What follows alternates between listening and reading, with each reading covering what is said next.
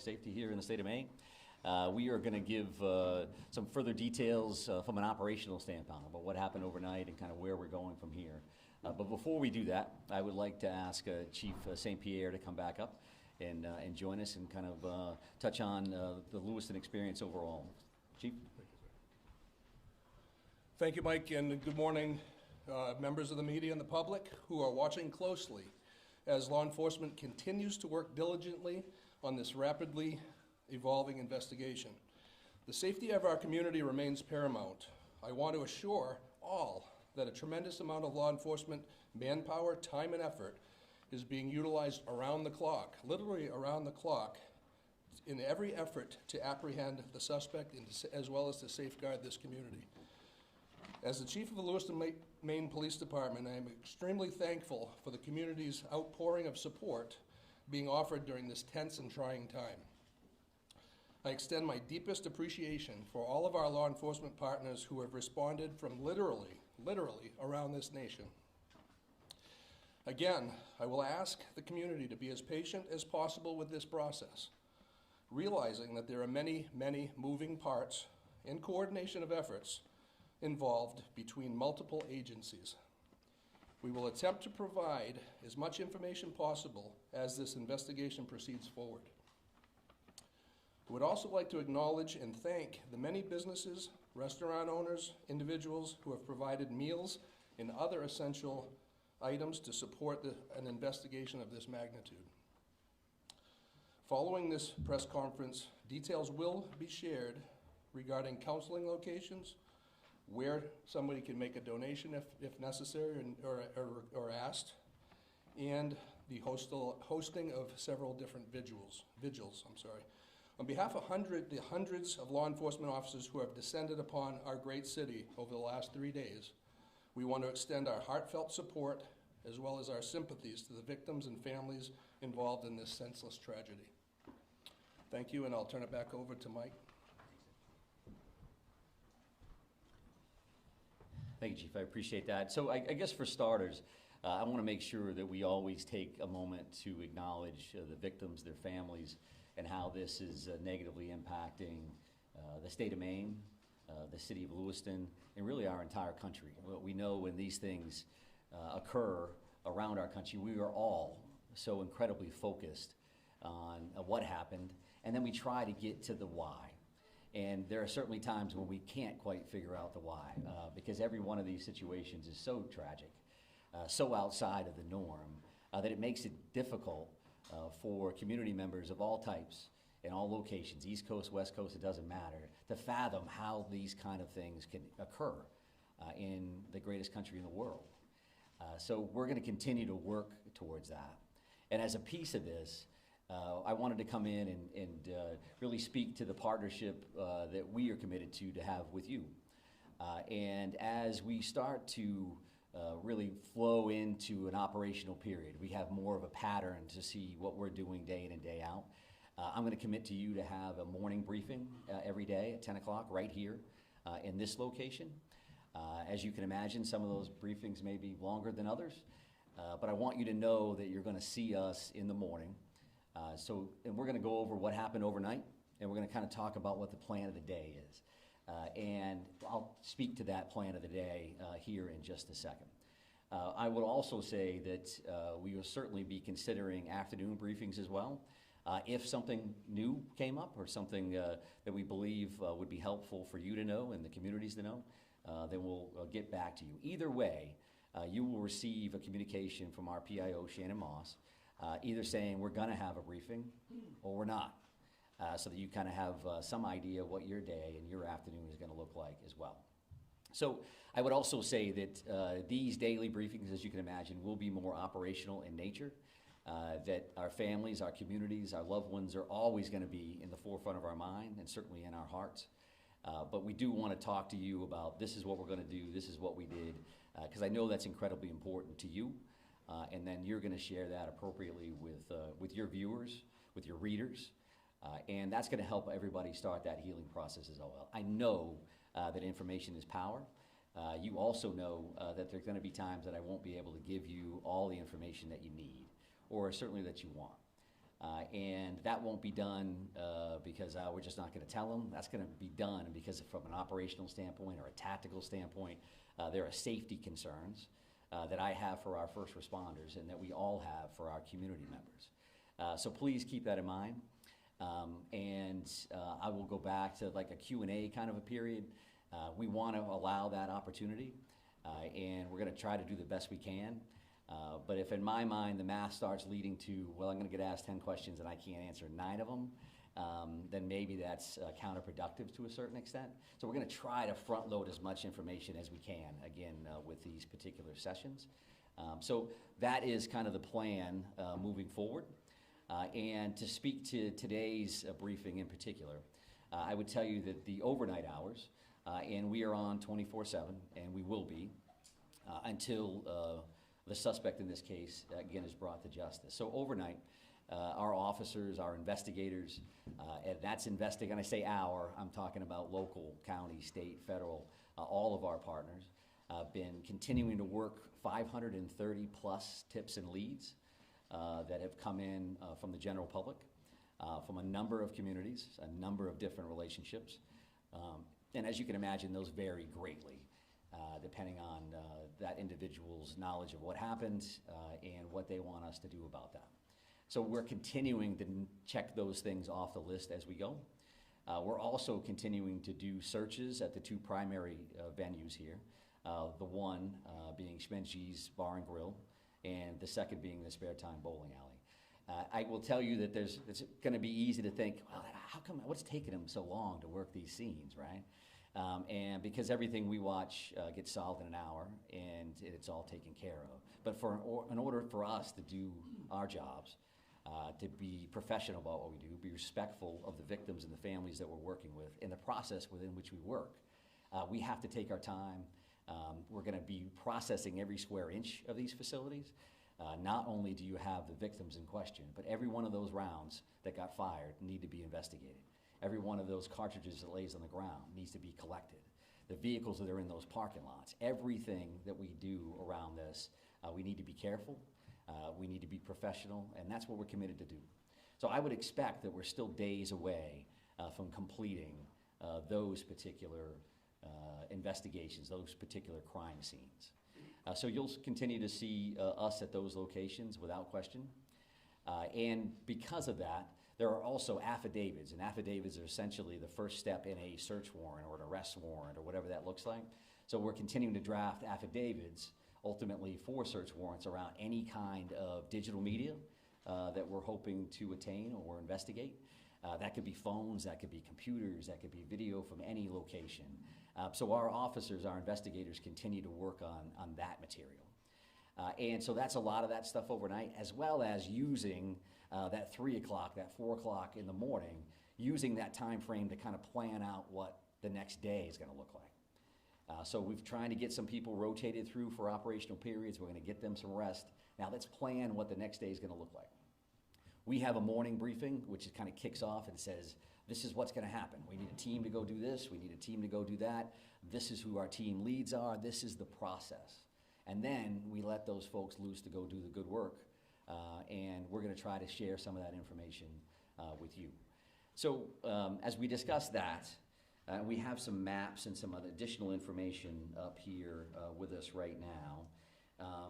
I will talk about a couple of these locations here to the best of my ability. Obviously, there's a lot of us here, and this isn't ideal as far as these maps go. But if you look at this boat launch overview as an example, this dot here is that Lisbon boat launch area that we've discussed. That's where the suspect's vehicle was located ultimately, that white Subaru station wagon. And I will also say that we'll have these 3 primary maps, but this QR code here, and whether you can get it from your seats or come up after the fact, will give the digital version of those, so you have those readily available. You certainly understand how all of that works. So we talk about that boat launch area, and that particular location is 501 Lisbon Street. Pejebscott Landing. Pejebscott Landing is at this location. I believe we have some of our friends from the media that are out in that area now. And what will happen in this general location today, is that we will be putting divers in the water along that Androscoggin River, which you see here. And that's going to look like a couple of different things. So the very first thing that you're going to see out there is you're going to see some air resources that will fly over this particular area. And they're looking to see what can we clear from the air. Do I have to put divers in that particular area, or can I tell from the top, based on the current and how muddy the water is and all those other things, can I see to the very bottom here? So that's going to start this entire process. Then there's going to be some screening and some divers that are actually in the water that may start on this side by the boat launch and will continue on this side. I would envision at some point that we'll be moving over to these particular locations here for ground searches as well. So that's gonna look like a bunch of different things. So they could be dragging a diver behind them, literally, while that diver is checking for evidence, checking for potential bodies. And I would also say that while this is gonna look like a major focus today with a lot of people, we have a lot of other irons in the fire. So I'm not saying that the suspect, we know the suspect is in the water and this is what we're doing. What I'm telling you is you're gonna see a lot of activity here, and I'm gonna tell you that in advance. We've got nothing to hide in that regard at all. So then you're gonna have some sonar as well that's gonna be utilized here. And that can look like a couple of different things. A remote operating vehicle, an ROV, divers could use that. And that will look like a pod under the water. And that is looking for sonar, so picking up shadows, if you will, of what does that look like? Could be a log, could be anything under there. And our divers, that dive team, and that, when I say, again, our divers, that's gonna be teams from all over the place. Our Maine Warden Service is heavily involved in this. We work with them all the time. The Maine State Police dive team will be in the water and will be leading this initiative. So that's what we'll see here with a couple of different kinds of sonar. And then along the shoreline, you're gonna see a line search, if you will. That means literally officers on line as they're working that shoreline. And of course, they're looking for evidence. They're looking for anything that may help them down the road. Now, I say you'll see this because for us, we want to make sure that we're working with you. So there is a church parking lot across the road here. And there's also some parking available on this side of the road. Mark Laddie, who is the PIO from the Maine Warden Service, and some officers will be in this area to assist. So if you decide that you want to go to that location to pick up video and see what they're up to, then I think there's some parking opportunities here. This 196 can be busy. This area here happens to be pretty low speed. At least that's what the speed limit is. So we're going to be around there to try to keep that as safe as possible. But we want you to be mindful that we may ask you not to stand on a railroad trestle, or we want you to get your coverage. We want to be partners with you. However, you're not going to be able to have full access to that site. I think that's common sense. And we want to make sure that you can do your jobs and we can help you facilitate that. So you're going to see a bunch of people in that area, that 531 Lisbon Road. A couple of these other locations, if we start here, this is the bowling alley scene. This red dot is actually where that is. You all understand that. We will have some additional officers there checking this wood line and continuing to do those sweeps, those searches. There was a lot of shots fired in these locations. We want to make sure we have all the evidence humanly possible. And then this is far from ideal, considering it's directly behind the podium. But this is. Can we do that? We're jammed in here with the wall. Yeah, we may lean towards that QR code. If you can't see that, I apologize. We'll have to take a look at this particular option in the future if this works for us. But the bar and grill here, there is a red dot, and you can see some wood line around that. Each one of these locations is going to have lots of police officers there, as you imagine. A piece of all of these things will have a QRF, or a quick reaction force. So we're going to maintain security here because clearly, as you realize, the suspect in this case is not in custody. That continues to be our focus. And I think if you look at these two things, we have an investigative bucket with a great deal of resources that are investigating the crime, what occurred. And there's clearly an apprehension team here with a lot of folks that are involved in that. And of course, they're going to intermingle. That's a given. But I think in this scenario, I want you to keep those two things in mind. Because even though we're going to be active with this search and the investigative side, always in our mind, we're going to be looking for the suspect and making sure that the people that are involved in these various searches, to include yourselves, are safe. So that is clearly another focus that we have in mind. I would also like to talk about, if we talk about procedures, you talk about practices. There was a lot of activity last night from members of the media in Bowdoin.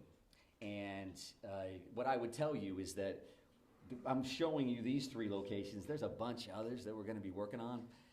And that's not, so we don't have 50 maps up here. We're just going to be working on other locations. And that's not meant to be secretive. That's just to tell you that we're going to be all over the place. That's not saying that we know that the individual is in this house, or we know the individual is in that house, or they're in that swath of land, this acreage. That's not what we're doing. But we do look at all these situations as if the individual could be in there. And if that's the case, you'll see tactical teams at some point. A lot of folks are just dressed in a more casual manner, or a BDU, a battle dress uniform, just because they're going to be out in the woods and they're going to be out crawling around. So that doesn't mean, just because we're making announcements on over a PA system, that the individual is in there and we have an armed standoff and there are police swarming. There's just a lot of resources that it takes to work these scenes, right? I mean, I think that part of it, again, is common sense. And we want to be as forthright as we can around that as well. We won't be able to say every time we're hitting a location, hey, we're going to be at this spot, and because that's just not practical, and it's not safe for a lot of folks. So if you hear announcements in PA systems, as an example, a piece of that is us just giving notification that, yes, in fact, we are the police. We are going to be knocking on this door. We would like you to come out if you're in there. Some of that is case law oriented. Some of that is best practice. And some of that's just standard operating procedures from our end. So keep that in mind. If you have a question, you can certainly reach out to Shannon Moss. Many of you have, and if we can answer it, we will. It may not be immediate, but we're going to do the best we can to do that. And I think we'll be better at that, again, as we kind of get into this flow. Now we know what we're working with. It's starting to settle in as much as a tragedy like this can. And again, we want to be good partners with you across the board. So let me just take a look to make sure I've covered everything that I wanted to cover. I would also say that this is a big deal here, this particular link, and Shannon will be sending that out through her media list. So this is a digital tip line. And what a digital tip line would mean is anybody, yourselves included for whatever reason, if you've got a photo, if you've got a video of what happened, or something that you think is evidentiary in nature, you think that it would be valuable for us to have, you can upload that information through that link. And that link stems from best practice in other communities where tragedies like this have occurred, that a lot of people have a lot of information. Where does it go? Maybe this is the key. I don't think they know that. Or they probably do know that. 75 other people sent it to them. Send it to us anyway. And we want to see that information. So that's pictures, that's video, that's any of that kind of material to that particular link. And again, the QR code is something that we already talked about from a mapping perspective. I would say that our ongoing victim services efforts, that is something that we're working with victims' families, the community as a whole, and we are working with families that have currently been notified. We're continuing to identify victims in this case, and as those occur, additional resources will be available to the general community. I would say, again, as a little bit of a reminder, some searches you may see, well, why does that search have an armored vehicle involved, and then they're walking along the river, shoulder to shoulder. Some of those are going to be tactical ground searches versus just the kind of standard line search or grid search. The Maine Warden Service do this stuff all the time. They're incredible, searching for people, and incredibly valuable for us as it kind of expands out to evidence in many of these circumstances. We do clearly continue to have air assets, whether that's helicopters or planes, just because they're involved. Again, as we mentioned here, right? That's going to be an overview. They're just flying over that site. It may be hovered someplace else. Is that because we found the suspect? That's not a guarantee that that's the case at all. I would also tell you probably new information. Initially, that first night, we had 70-ish or so witnesses. The FBI has been incredibly helpful with things that may sound as simple as you got to transcribe 70-plus witness statements. They're bringing a lot of resources to play, and so we're continuing to do a lot of that work behind the scenes as well. I think that the shelter-in-place order, right, that's currently in place for Lewiston, Auburn, Lisbon, and Bowdoin. When you hear the names of those communities, obviously you know that a lot of our focus, a lot of what occurred in those communities, whether it's Bowdoin because that's where the suspect's house was, Lisbon where the car was located, or Lewiston, Auburn, some conversation earlier about Auburn locations, and Lewiston where the focus of those first two tragic active shooter situations occurred. That's an ongoing conversation that we'll have every minute of every day. Does it make sense that those orders are still in place? And can we relax those, change those? They have not been changed in any way at this point, but we realize that we want to keep our community safe. So that's again, the forefront of our minds, but we know that a shelter-in-place order in general, similar to orders around COVID, can have some negative impacts on families and going to school and businesses and all those other things. So we have that in our mind. There is that pluses and minuses chart that's just kind of active as we kind of work through this thing. So know that we are actively thinking about that. And truth be told, working with, specifically right here in Lewiston, working with our officials, working with Chief St. Pierre, working with the mayor and others, having conversations about what does that mean, and what is that going to look like this afternoon, tomorrow, and in moving forward. So I think that's enough sharing from my end. That's a lot of information to overload you with there. I would want to come back, however, to say that there's a lot of stuff going on here, but what matters to us, again, is the safety of our communities, the safety of our residents. We care about each and every one of them, as you do, and we're going to continue to fight on their behalf to bring this individual to justice, because we know that that has an impact on starting that healing process. It's not a slam dunk. It's not when we got them, now everybody's better. This is going to take a while. Right? It's going to take a while for communities to work through. It's going to take forever for families to work through. You lose somebody that you loved. That's a big, big deal. So I don't want to get lost in the minutia of this is what we're doing and this is a map and it's a QR code. It always comes back to this other stuff for us. So again, we're going to try the Q&A deal and see where we go. Go ahead, right here.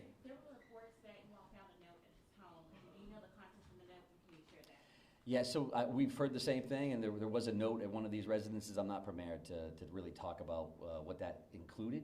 And I think that's probably, again, a common sense answer, because that does involve, is there a mindset here? Is there a motive? What did that entail? So we'll definitely continue to work on that, and when we can release it, we certainly will. Sir. Right here, sir. Commissioner, so in reference specifically to what's behind you and what's going on at the river, is there any information that you have that's leading you in the direction that he may have killed himself and his body is in there, or is it just one of the possibilities?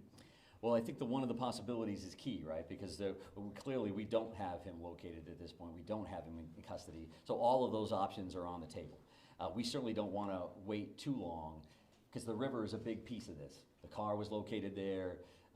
Evidence is located in the vehicle or right there along the shores of the Androscoggin River. So that's stuff that we want to make sure that we're checking, and we're using the resources that we have available. We're using the expertise that we have available with the dive team and all our partners to make sure we're checking that.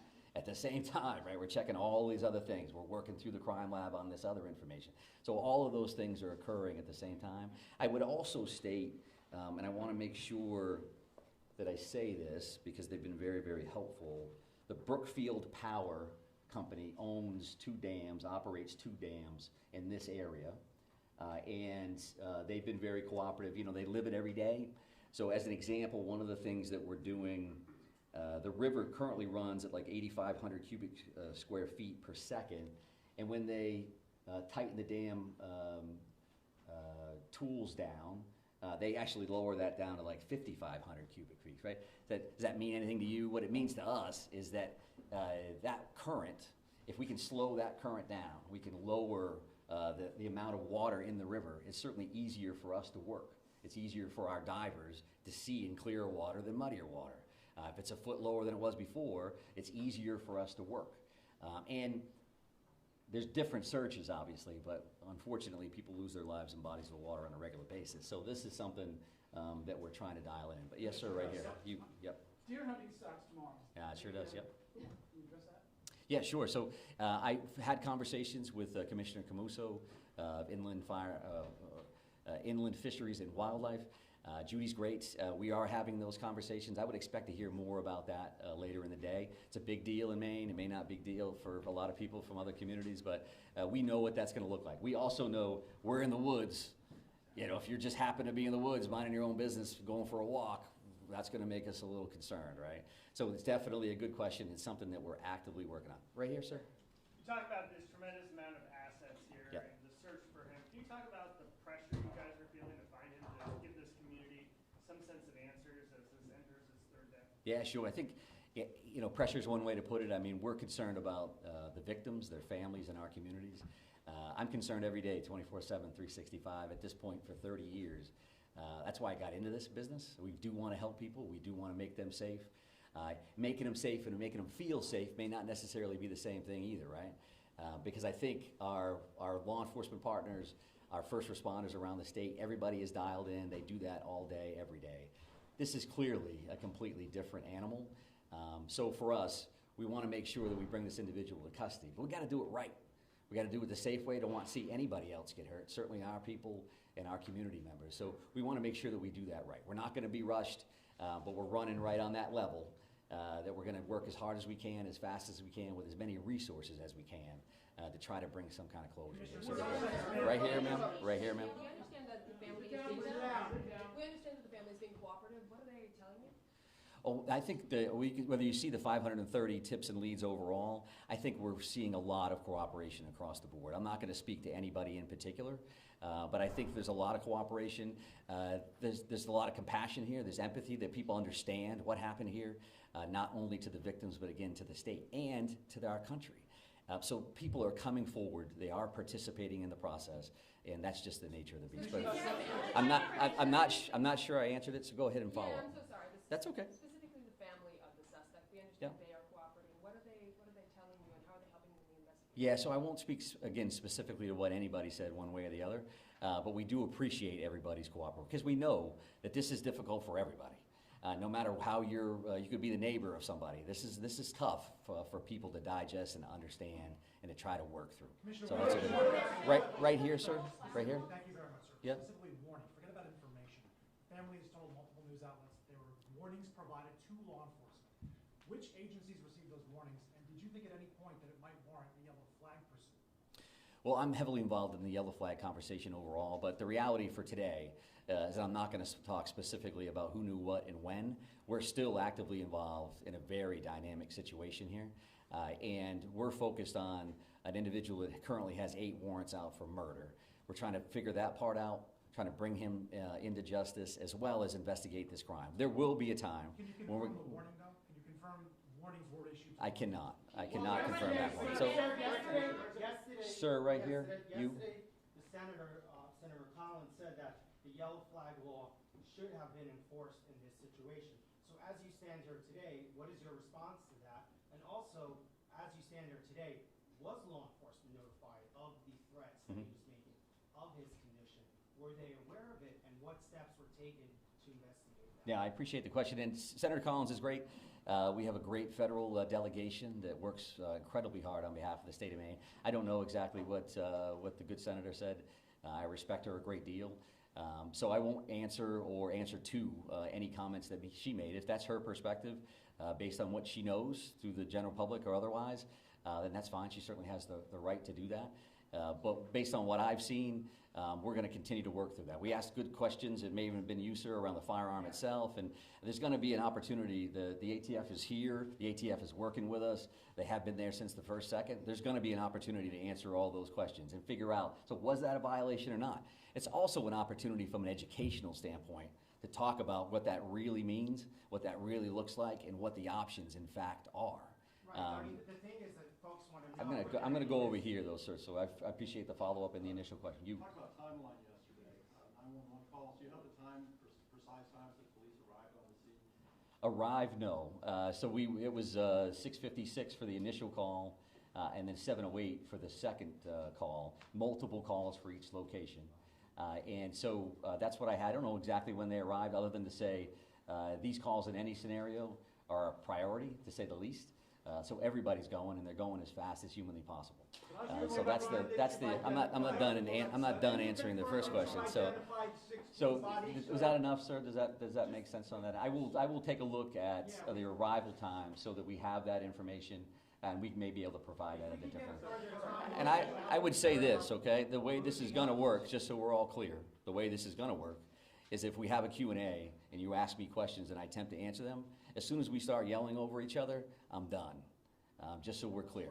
And we don't want to do that. We're trying to be as cooperative as we can across the board, but we'll be back another time, and we're just trying to figure that out. Yes, sir, right here. Thank you.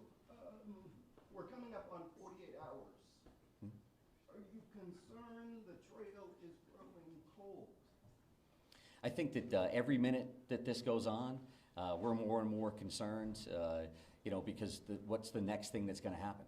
And we understand that, and that's why we're working 24/7 to bring this individual to justice and to try to bring some closure and overall safety to our communities. So yes, we feel that just as much as the community member does or any of us. This is a privilege. This is an honor we have to do something about these tragedies when they occur. In many instances, I've been in those scenarios. This happens out of state. You're sitting on your couch wishing you could do something to help. Well, we're in a position to do something to help, and we will. There's no question in my mind that we will bring this individual into custody one way or the other. I'm going to take one more question from you, sir, and then we're going to be done. Confirm that you've identified 16 out of the 18 bodies, and if so, can you confirm the demographics, please?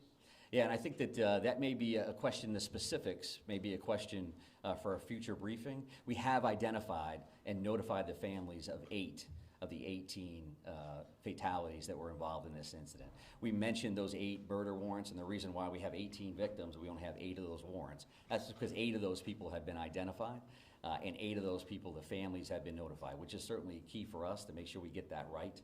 But further demographics around that, the colonel gave gender yesterday, and we'll take a look at ages and some other information. I'd like to be able to honor the group of victims by talking about them in a specific session that I would view coming shortly. 8 of the 18 have been identified and notified, not 16, and I don't know where that came from. So thank you very much. I do appreciate it. We will see you again along the way. Thank you. Hold still, everyone. Come on, hold